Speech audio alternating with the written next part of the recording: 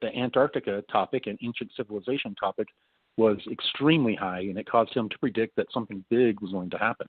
What do you mean big? What are they referring to?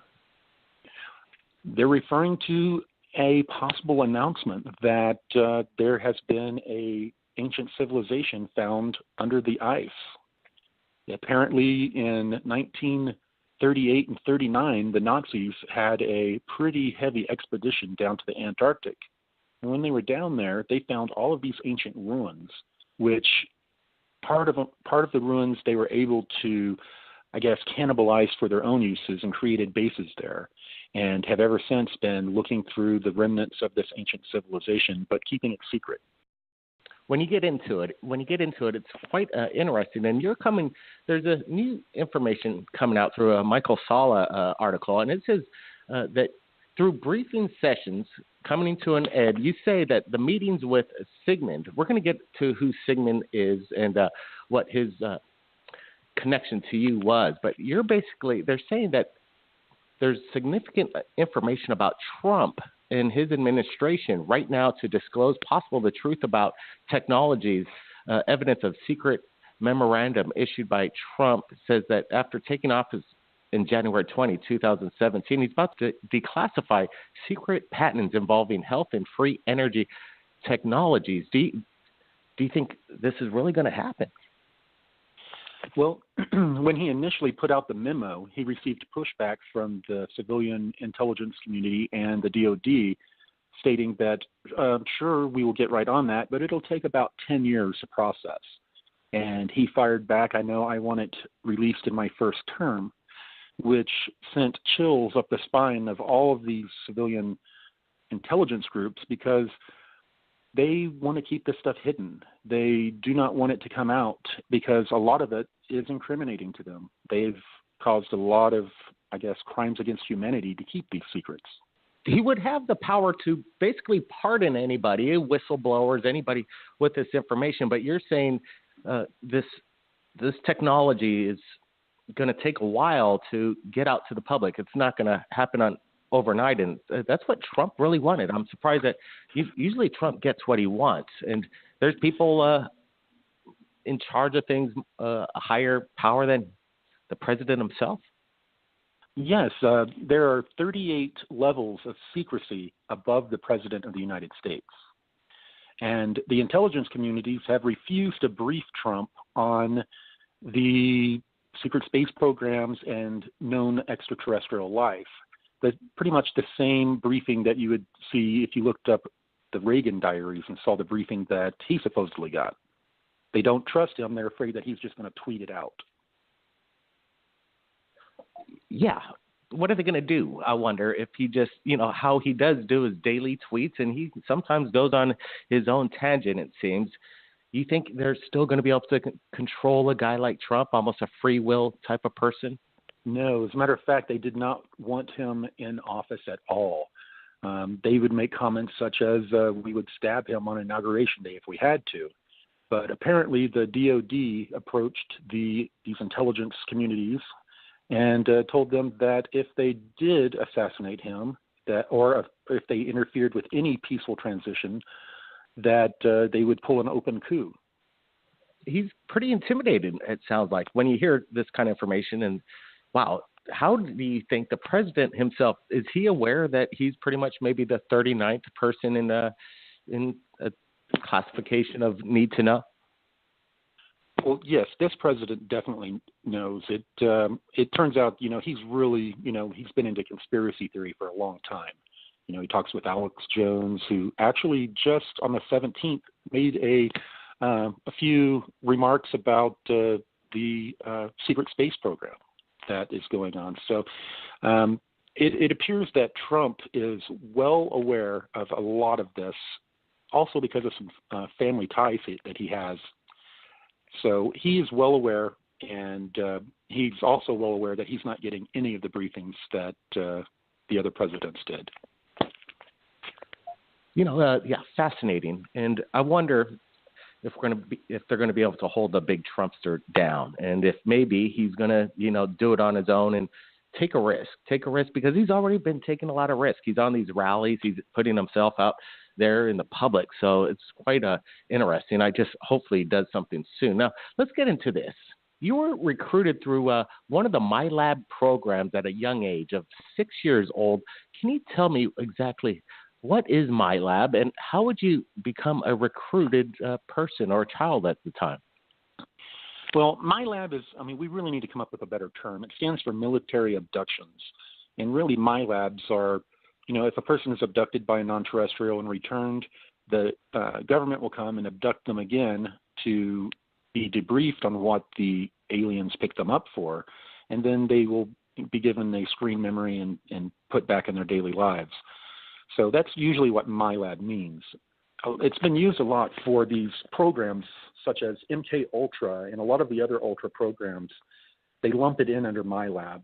But what occurred was I was identified as an intuitive empath through standardized testing in public school. When I was identified as an intuitive empath, they then brought me into a so-called special school program that pulled me out of my regular school activities. And once to 3 times a week, I would be taken on field trips.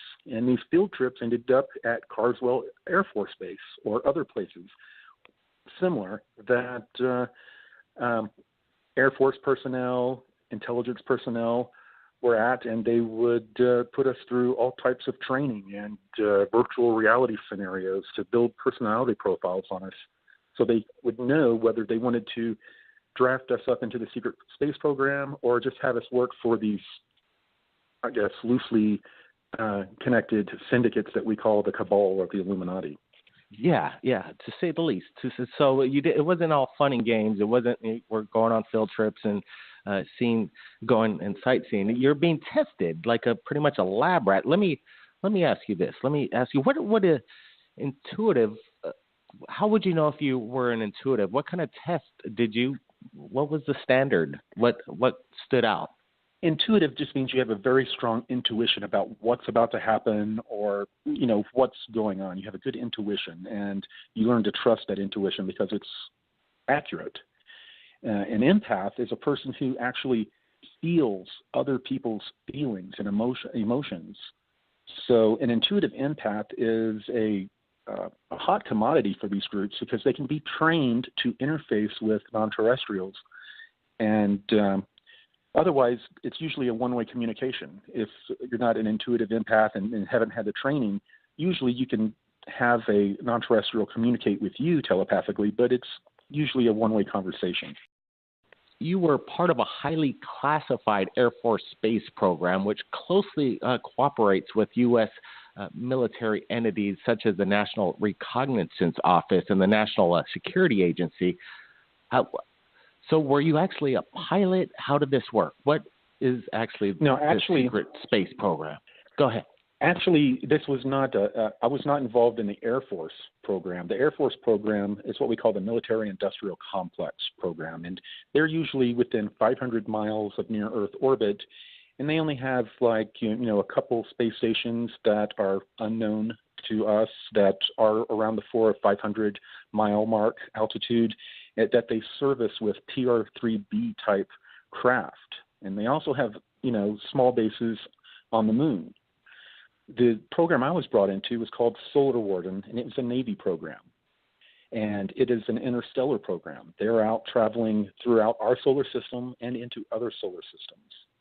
I was brought on as an intuitive empath when I was 16, almost 17, just a couple months from my birthday. And they were going to have me assigned to a research vessel where it was full of scientists and engineers, and I was going to be a specialist or a tech, depending which one of the two I was working for.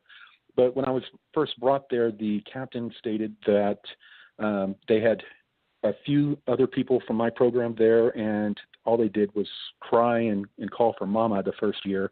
So he did not want me on his vessel. So they sent me to another group that was the Intruder Intercept and Interrogation Program. And it's much like the Men in Black. They come down and locate non-terrestrials that are living amongst us, and they will abduct those non-terrestrials and then bring them to a base to interrogate them, to find out why they're here, what their objectives are and agendas are. And I was a part of that for 10 months, almost a year. And after that, then I was reassigned back to the research vessel, where I spent the remainder of the 19 years. Who is this person, Sigmund? He seems like he's in charge. Is he in one of the what's his classification on a rank from 1 to 38? And what kind of chemicals did they subject on you? Well, this particular individual is a high-ranking Air Force personnel. Whenever I've met them on their uniform, he does not wear rank insignia or any of the FLIR that would, show any designations of what unit he is associated to. But how I first was introduced to this gentleman, using that word loosely, I was picked up just outside my house by one of these strange vessels that are somewhat triangular, but two airmen were standing below it. And they brought me onto the vessel, and they began to interrogate me, asking me questions about this Navy space program that supposedly existed. And Sigmund was the officer in charge, and they came out and they injected me with chemicals. They chemically interrogated me to a point to where they were holding this tablet below my head. My head was hanging down, and they were going through all these academy-looking photos of military personnel, and there was a camera on this little pad, and whenever I would look at one and recognize a person, it would highlight them. And I inadvertently gave up 3 naval personnel that were a part of Project Solar Warden. He also took, he couldn't believe what I was saying. He was trying to figure out how I was so accurate about so many things, but I was talking about this Navy program that he was told didn't exist.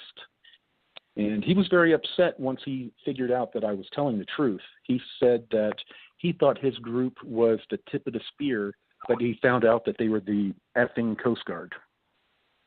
When you were a school student, or how was your childhood after being experimented on? You're seeing these things. How were you relating with other children, and were you told not to speak about it?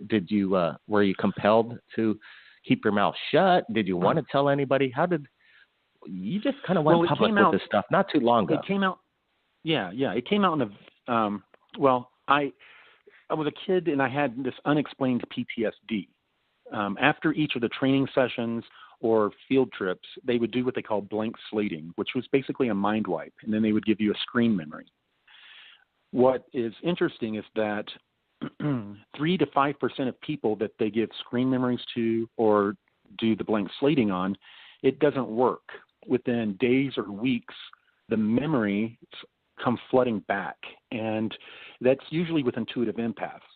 And what they've come to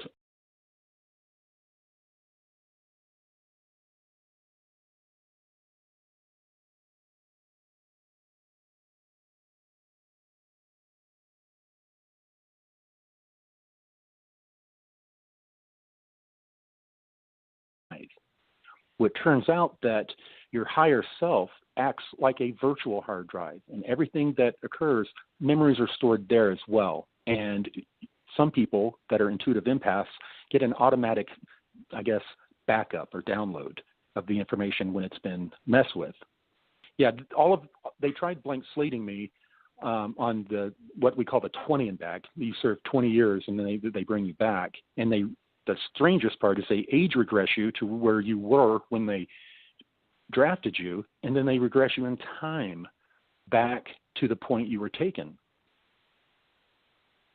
That's pretty bizarre. So almost a child in an adult's body, would you say, or is that how it works? Well, no. Well, about when I was in 1986, when I was 16 years old, on my Christmas break, is when they came and picked me up, and I was drafted into the 20 and back program. I was told that I would serve 20 years in this program. I would come back. I would have the best job around. I wouldn't want for anything, which that's a promise they didn't keep.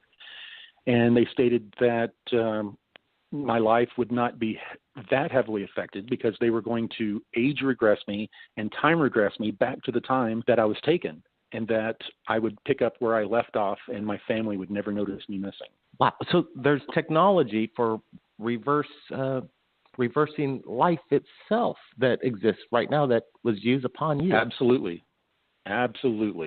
And there's William Tompkins is a recent whistleblower that has heavy documentation and works for the Navy and a lot of aerospace companies. And TRW is one of them. And they have had telomere types of therapy and also age regression therapy for some time. But they have, I guess, suppressed it, even from a lot of these elites, such as the Rockefeller that just passed away today. Yeah, didn't he just have a recent heart transplant, like one of the oldest men to receive a heart transplant? And yeah, I was just made aware that Rockefeller passed. Yeah, I forgot about that. That's right. And we really got to watch out for, because what do you think about Dick Cheney? Dick Cheney, he's had a few heart issues himself. At one point, he called himself Darth Vader. He didn't have a pulse, and that was quite interesting. Yeah. People referred to him as Darth Vader. I sort of say he probably didn't have a heart transplant. He just had a heart implant, because I doubt he had one before. From what I've heard in the programs, yeah, he's a pretty scary individual. Yeah, maybe the head of MK Ultra, from what we've heard over the years. Now, let's take a big trip. Take a big trip to the Antarctica. I saw your presentation last week, and it was mind-blowing, and there were some things you got to think out of the box from the way you were explaining on your experiences there in the Antarctic. How did you come to even get there, and why were you even brought there? What was the whole idea about, let's bring Corey Goode over to the Antarctica? How did that all work out? Well, I had been introduced several years ago to this group that we're calling the Sphere Being Alliance. And I had been interfacing with this tall blue avian race that, in my 20 years in the programs and all of the intruders we had captured and interrogated, I'd never, ever heard of an 8-foot-tall blue bird being. And I was pretty concerned when it first started communicating with me. I didn't know what was going on. But through the process of getting to communicating and getting to know these beings, I was introduced to an inner Earth group called the Anshar. And this Anshar group took an active interest in me because I was in communication with who they called the Guardians. They said this was the return of the Guardians. They were very excited about it. So since I was seen as somewhat of an ambassador, and I was working with the Secret Space Program Alliance, who was working to give us full disclosure, this Inner Earth group has taken me twice to Antarctica. Once for a reconnaissance flight under the ice, about 2 miles under the ice. There's a huge industrial complex. There were buildings all over the place that looked very industrial, smoke coming out of them, steam coming out of them, very human looking. And there were giant submarines under the ice that had popped up that were the size of, I guess, the giant ships that carried the big shipping containers. It was huge, and I saw these submarines being unloaded with giant cranes that were reaching in the top that rolled back and pulling out these giant containers. How old was it? Was it an ancient civilization and infrastructure built on there, or was it something from the Nazi era? Well, interestingly enough, there were ancient structures nearby. There were blocks, like hewn blocks, sticking out of the ground, the earth under the ice, and also from within the ice cavern wall, like they were suspended up in the ice. The actual buildings looked very much like a 20th century or 21st century, an industrial area, like an industrial complex close to any city or close to any shoreline. It was very human looking, very modern looking, and in the middle they had a huge generator that was a geothermal generator that generated heat from the earth. And the interesting thing is that there were pools of water around also that were steaming, like hot pools that were heated by geothermal energy. And it turns out that the geothermal energy is picking up at such a high rate in Antarctica, it's causing the ice shelf to heat up by like 1 degree every year or so, which is causing a rapid melt. And our activities under the ice, both excavating these ancient civilizations using pressurized steam and these facilities we have under there, are causing the ice to melt quicker. So that was your first trip. What about your second trip to the Antarctica? Was it under the same group that you went with the first time? Yes, the Anshar took me again and took Lieutenant Commander Gonzalez, who's been one of my major contacts with the Secret Space Program Alliance, took us both down to a different region of Antarctica, but they flew right through the ice shelf, just like you were passing through regular atmosphere. And I guess there was some way to dematerialize the ship, and then we pop out in wow, this so huge you're saying ice cavern. The craft itself is actually traveling through hard material like ice, like if we're thin air. In the Anshar city, I saw hundreds of these things flying around above in a huge cavern, flying through the cavern walls. So, yeah, they've got some sort of advanced technology that allows them to dematerialize and pass through solid objects. I've never heard of that before. That's quite insane. Is it basically, it's not moving the material as it's going through. It's basically going through it almost through a time and space. Like it's not. Yeah, it's like change their vibration. Everything is made of vibration. Everything is frequency. And if they're able to change the frequency and rearrange matter in a certain way, I think that's what allows them to pass straight through solid objects. All right. So this Middle Earth, the entrance to Middle Earth, is there more than one entrance, or is Antarctica pretty much the main portal to? Yeah, most of the entrances are guarded by some sort of a military installation, or are in Tibet and are watched over by monks. They do have a large entrance in Antarctica, but it didn't quite go as I expected. When I was on the reconnaissance flight, I thought we were going to shoot back through the way we came, but instead we went over this sort of a bay of warmer water that was lapping the shores next to this industrial area I saw. And instead of flying in the direction I thought we went straight down the way that these submarines came from, and we ended up entering this large rift system that is the West Antarctic Rift system or something like that. And we went very deep underground and traveled through this rift system that had been tunneled out by some ancient alien race that allowed you to travel from Antarctica all the way up to Central America and the southern and southwestern parts of the United States, all completely underwater.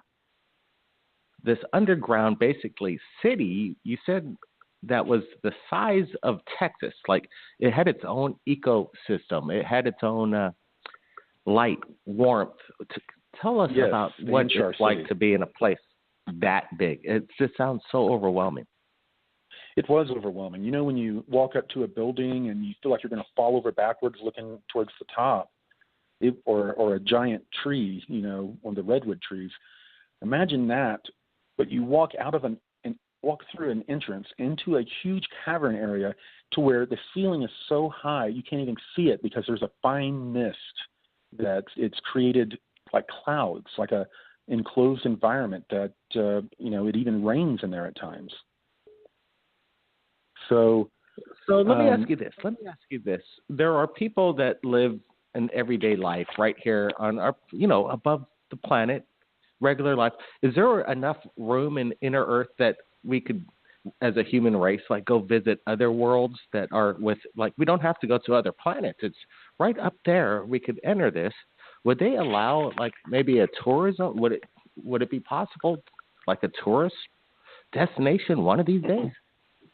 So, some of the areas, yes, definitely. But this Anshar group, they're very leery of human beings. When they've contacted us in the past, they always tell us we're from, the Pleiades or something like that. And they do that for operational security because we are such a violent race. They're afraid that if we knew where they were underground, we would attack them, which indeed has happened from some of our Black Projects groups. So they're not going to invite too many people into their city, but there are plenty of other areas underground that we could take refuge in. And after we have full disclosure, I think we're going to have a lot of spelunkers that are also archaeologists that are going to be, traveling to the inner earth. And there's so much to find down there, let alone out in space. Well, yeah, count me in. I want to be there. I want to be there, and I want to get on that ship that you were on. That sounds incredible. Let's talk about some of the creatures that live in inner Earth. You were telling the people over there in the symposium in Kona last week that they were talking about a race of raptors, yeah. And there was a war with soldiers, like military soldiers. Were they American soldiers? What was that all about? Well, the raptors were remnants of the dinosaurs, and they went underground to survive. And they're sort of a proto-dinosaur bird. They have plumes of feathers on them. They have real jerky movements. They're super fast, and they're carnivorous. So the incident that I was talking about that involved the Marines was not long ago, after the current president took over, some of the bases that were built by FEMA but not controlled by FEMA were supposed to be turned over to the new leaders of these different groups under the new president. But some of them refused and locked the doors. And Marines were sent in to basically drill holes through these walls, cut through the rebar and steel, and go in and arrest these people. And if the people refused to give up, these Marines were ordered to wipe out everyone in the base. And in one of these occasions, they had to go in, and they were under orders to wipe everyone out. And in the battle, these Marines were shocked to become face-to-face with 8-foot-tall reptilians who were fighting them. And these Marines had zero briefings that ETs even exist, let alone they would run into them and have to do battle with them. So all of a sudden, they're standing there in front of the devil or a demon with the M16 doing battle with them. And I hear that they did not do so well psychologically afterwards. Yeah, post-traumatic stress disorder. Let me ask you, people theorize that dinosaurs, since they've been around for millions and millions of years, far longer than the human race has existed on planet Earth, that they developed complex languages. Did these raptors, did they communicate? Were we able to communicate back and forth with them?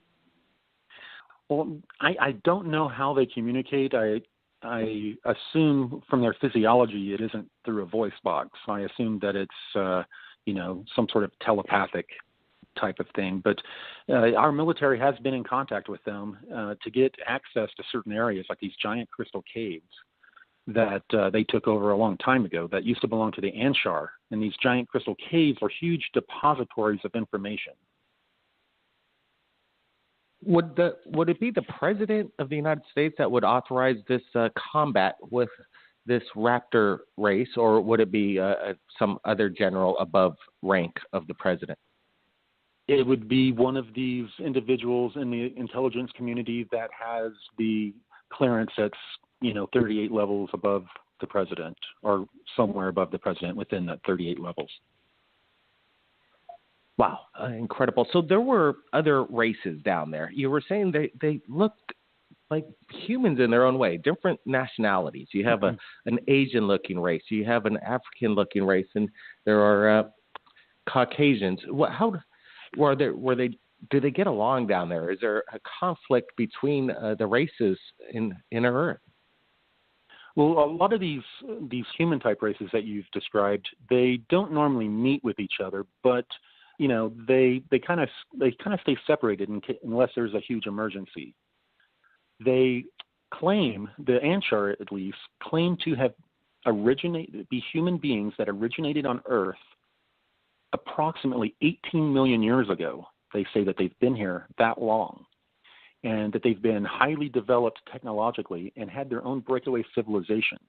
And that breakaway civilization went underground, and they found that it was a lot safer down there. They were shielded from the sun, which causes rapid aging and a lot of other things.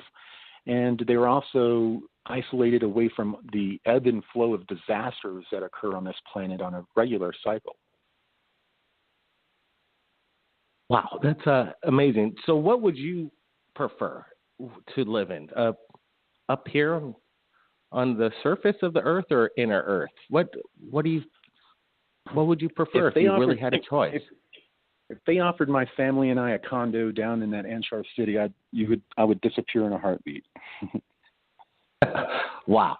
Yeah, it sounds fascinating. It was magnificent. So is there a danger that we might just do something stupid because we don't trust what's going on in there? And would there be a possibility of like maybe a nuclear event, or they're pretty much, do they have security? Can they defend themselves in case of an invasion by some tyrant? Yes, they can, and they've been doing battle like with the Raptors for quite some time, and a couple of other groups.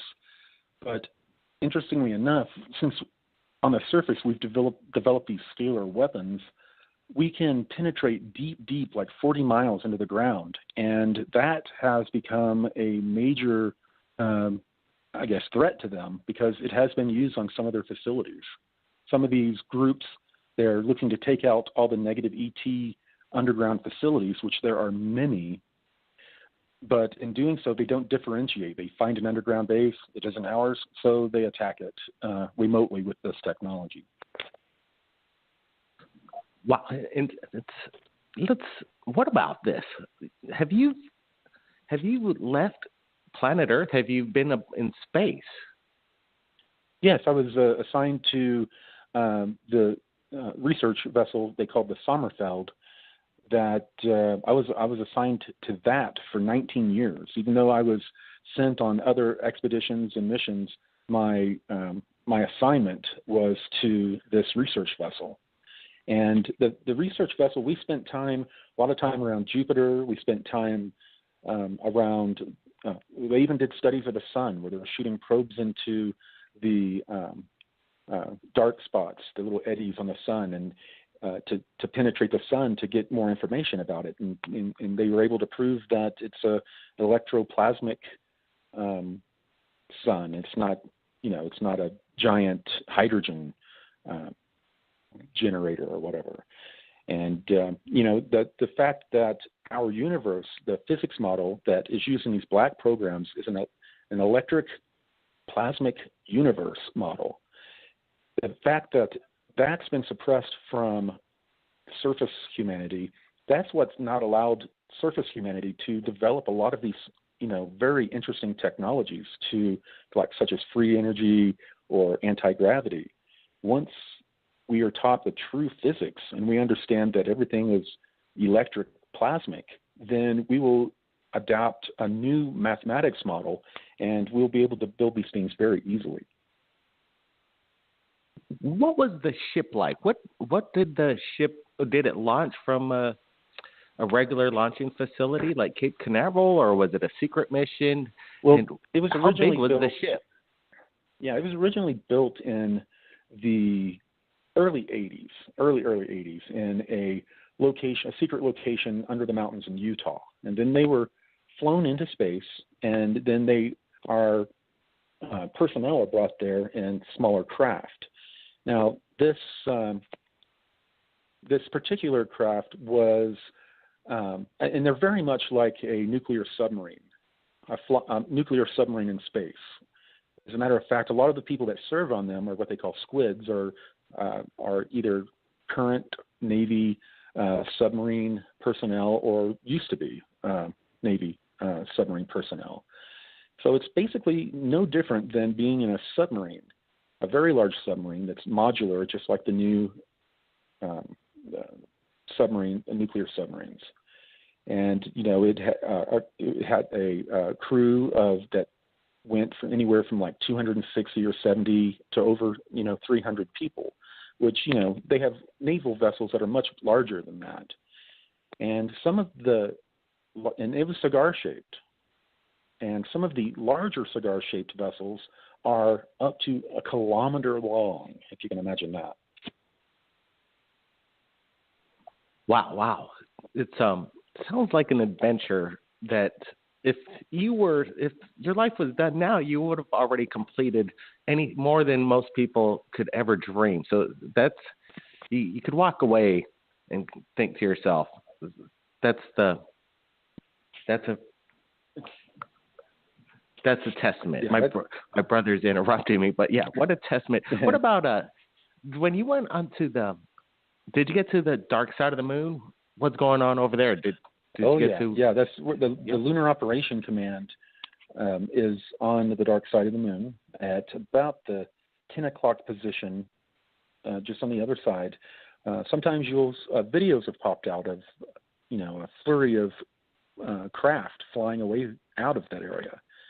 And it was originally set up, believe it or not, in the 1940s by the Nazis, who had developed their own secret space program and had flying saucers that they were flying outside of our atmosphere that early in our history.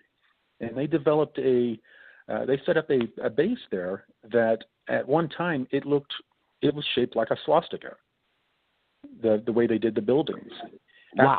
Do you think it was was it done purposeful, according to Hitler's design? Yes, the swastika shape of the building was on purpose.